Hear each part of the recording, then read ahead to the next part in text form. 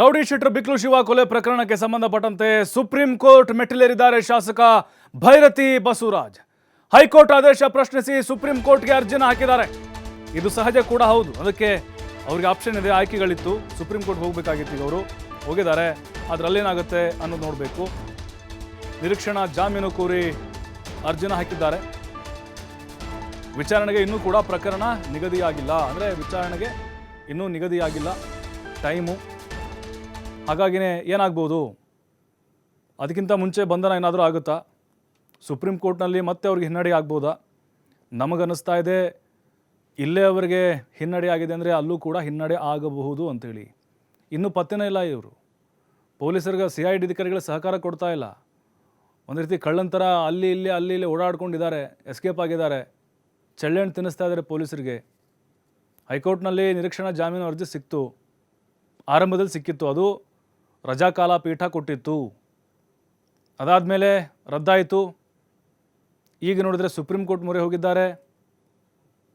ಅಲ್ಲೂ ಕೂಡ ರಿಜೆಕ್ಟ್ ಆಗುತ್ತಾ ಹಾಗಾದರೆ, ಅಥವಾ ಅವರ ಅರ್ಜಿನೇ ಅನೂರ್ಜಿತ ಆಗುತ್ತಾ ಅನ್ನೋದು ನೋಡಬೇಕು.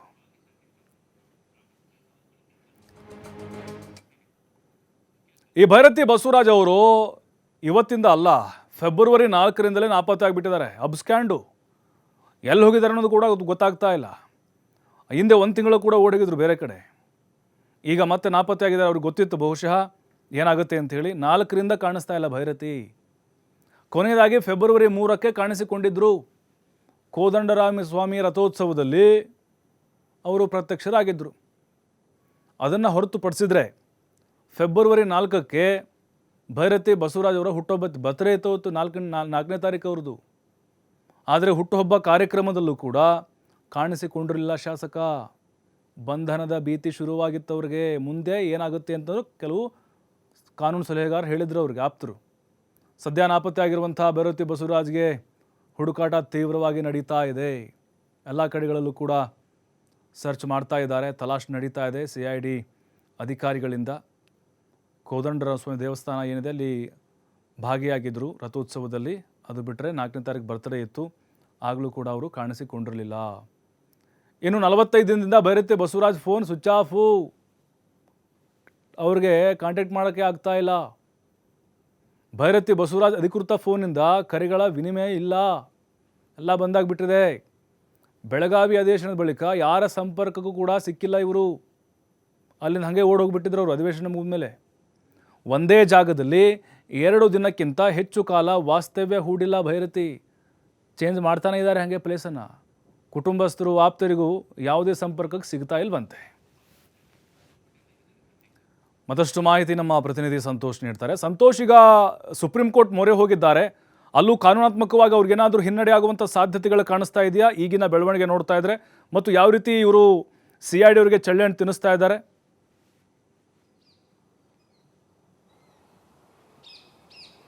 ಪ್ರಭು, ಇನ್ನು ಸುಪ್ರೀಂ ಕೋರ್ಟ್ ನಡೆ ಬಗ್ಗೆ ಈಗಲೇ ಯಾವುದೇ ರೀತಿಯಾಗಿ ನಿರ್ಧಾರಕ್ಕೆ ಬರಲಿಕ್ಕೆ ಆಗೋದಿಲ್ಲ. ಯಾವಾಗಲೂ ಏನು ಕೆಳಹಂತದ ನ್ಯಾಯಾಲಯಗಳ ಅರ್ಜಿ ವಜಾ ಆದಾಗ ಅದನ್ನು ಚಾಲೆಂಜ್ ಮಾಡಲಿಕ್ಕೆ ಅವಕಾಶಗಳಿರುತ್ತೆ. ಈಗಾಗಲೇ ಸೆಷನ್ಸ್ ಕೋರ್ಟ್ ಮತ್ತು ಹೈಕೋರ್ಟ್ನಲ್ಲಿ ಇವರು ಜಾಮೀನು ಅರ್ಜಿಯನ್ನು ಹಾಕ್ಕೊಂಡಿದ್ರು. ಆ 2 ಅರ್ಜಿಗಳು ಕೂಡ ಈಗ ವಜಾ ಆಗಿರುವ ಬೆನ್ನಲ್ಲೇ ಸುಪ್ರೀಂ ಕೋರ್ಟ್ಗೆ ಅರ್ಜಿಯನ್ನು ಹಾಕ್ಕೊಂಡಿರುವಂಥದ್ದು. ಅಲ್ಲಿ ಜಾಮೀನನ್ನು ಪಡೆಯಲಿಕ್ಕೆ ಏನು ಗೌಪ್ಯ ಸ್ಥಳದಲ್ಲಿ, ಅಜ್ಞಾತ ಸ್ಥಳದಲ್ಲಿ ಇದ್ಕೊಂಡು ಪ್ರಯತ್ನವನ್ನು ಪಡ್ತಾ ಇರುವಂಥ ಮಾಹಿತಿಗಳು ಲಭ್ಯವಾಗ್ತದೆ. ಇದರ ಬೆನ್ನಲ್ಲೇ ಯಾವಾಗ ಇವರು ಸುಪ್ರೀಂ ಕೋರ್ಟ್ನಲ್ಲಿ ಅರ್ಜಿಯನ್ನು ಸಲ್ಲಿಕೆಯನ್ನು ಮಾಡ್ತಾರೆ, ಜಾಮೀನು ಅರ್ಜಿಯನ್ನು, ಸೊ ಅದರ ಬೆನ್ನಲ್ಲೇ ಈ ಕಡೆ SPP ಅವರು ಕೂಡ ಸರ್ಕಾರದ ಕಡೆಯಿಂದನೂ ಕೂಡ ಕೇವಿಯಟನ್ನು ಹಾಕಲಿಕ್ಕೆ ಮುಂದಾಗಿರುವಂಥದ್ದು. ಅದ್ರ ಬಗ್ಗೆ ಈಗಾಗಲೇ ಸರ್ಕಾರದ ಅನುಮತಿಯನ್ನು ಪಡ್ಕೊಂಡು ಇವರು ಸಂಜೆ ವೇಳೆಗೆ ಕೇವಿಯಟನ್ನು ಕೂಡ ಸಲ್ಲಿಕೆಯನ್ನು ಮಾಡ್ತಾರೆ. ಅಂದರೆ ಯಾವುದೇ ಹಂತದಲ್ಲಿ ಇವರು ನಿರೀಕ್ಷಣಾ ಜಾಮೀನಿಗೆ ಅರ್ಜಿಯನ್ನು ಹಾಕ್ಕೊಂಡಾಗ ಅವರಿಗೆ ಜಾಮೀನು ಮಂಜೂರು ಮಾಡುವ ಮೊದಲು ತಮ್ಮ ವಾದವನ್ನು ಕೂಡ ಆಲಿಸಿ ಅಂತೇಳಿ CID ಪರ ವಕೀಲರು ಇತ್ತ ಕಡೆಯಿಂದ ಒಂದು ಕೇವಿಯಟನ್ನು ಕೂಡ ಸಲ್ಲಿಕೆಯನ್ನು ಮಾಡ್ತಾ ಇರುವಂಥದ್ದು. ಇದು ಒಂದು ಭಾಗ. ಆದರೆ ಮತ್ತೊಂದು ಕಡೆ ಯಾವಾಗ ಇಡೀ ಪ್ರಕರಣದಲ್ಲಿ ಇವರು ಬಂಧನಕ್ಕೆ ಒಳಗಾಗ್ತಾರೆ, CID ಅಧಿಕಾರಿಗಳು ಏನು ಕಸ್ಟೋಡಿಯಲ್ ಇಂಟ್ರಾಗೇಷನ್ ಮಾಡಬೇಕು ಅಂತ ಹೇಳಿ ಮನವಿಯನ್ನು ಮಾಡ್ಕೊಳ್ತಾರೆ ಕೋರ್ಟ್ನಲ್ಲಿ. ಅಲ್ಲಿಗೆ ಬಹುತೇಕವಾಗಿ ಇವರ ಬಂಧನ ಮಾಡುವಂಥದ್ದು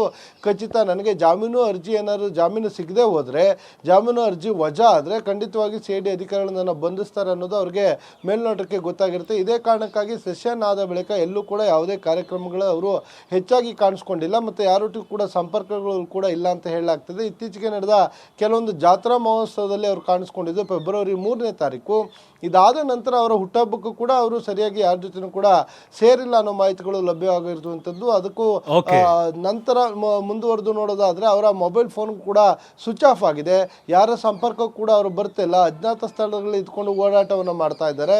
ಸೊ CID ಅಧಿಕಾರಿಗಳು ಅವರ ಬೆನ್ನಿದ್ದಾರೆ, ಅವರ ಪ್ರತಿ ಮೂವ್ಮೆಂಟ್ಗಳನ್ನು ಕೂಡ ಅಬ್ಸರ್ವ್ ಮಾಡ್ತಾ ಇದ್ದಾರೆ. ಹೀಗಾಗಿ ಯಾವುದೇ ಕ್ಷಣದಲ್ಲಿ ನನ್ನ ಬಂಧಿಸಬಹುದು ಅನ್ನೋ ಕಾರಣಕ್ಕಾಗಿ ತಲೆಮರೆಸ್ಕೊಂಡಿದ್ದಾರೆ ಅನ್ನೋ ಮಾಹಿತಿಗಳು ಲಭ್ಯವಾಗ್ತದೆ. ಮತ್ತೊಂದು ಕಡೆ ಅಜ್ಞಾತ ವಾಸದಲ್ಲಿ ಇದ್ಕೊಂಡು ಸುಪ್ರೀಂ ಕೋರ್ಟ್ನಲ್ಲಿ ಜಾಮೀನು ಪಡೆಯಲಿಕ್ಕೆ ಪ್ರಯತ್ನ ಪಟ್ಟರೆ CID ಅಧಿಕಾರಿಗಳು ಶತಾಯಗತಾಯ ಇವ್ರನ್ನ ಬಂಧಿಸಿ ವಿಚಾರಣೆ ಮಾಡಬೇಕು ಅಂತ ಅವ್ರನ್ನ ಹುಡುಕಾಟವನ್ನು ನಡೆಸ್ತಾ ಇರುವಂಥದ್ದು. ಪ್ರಭು, ಥ್ಯಾಂಕ್ ಯು ಸಂತೋಷ್ ಮಾಹಿತಿಗೆ.